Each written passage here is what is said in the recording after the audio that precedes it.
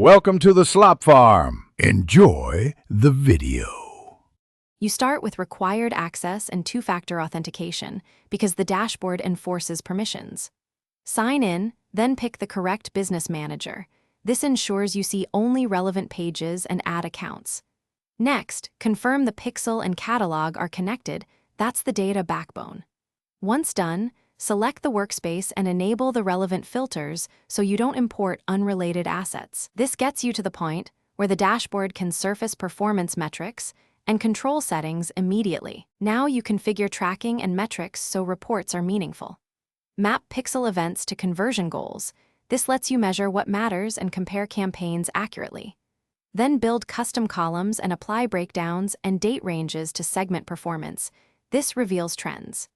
Set attribution windows to align with your sales cycle, and if you take offline leads, link offline conversions so you capture full impact. Make sure to save views as reusable presets for faster analysis later. Finish by publishing dashboards and granting role-based access so collaborators see only what they need.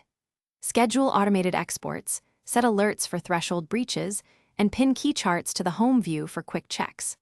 Once published, monitor the first 24 hours to confirm data flow and alert accuracy. If numbers look off, check pixel firing in the Events Manager and confirm data residency or time zone settings. This common mismatch is usually why conversions don't align, and fixing that resolves most discrepancies. Thanks for watching. Consider subscribing if we helped you today.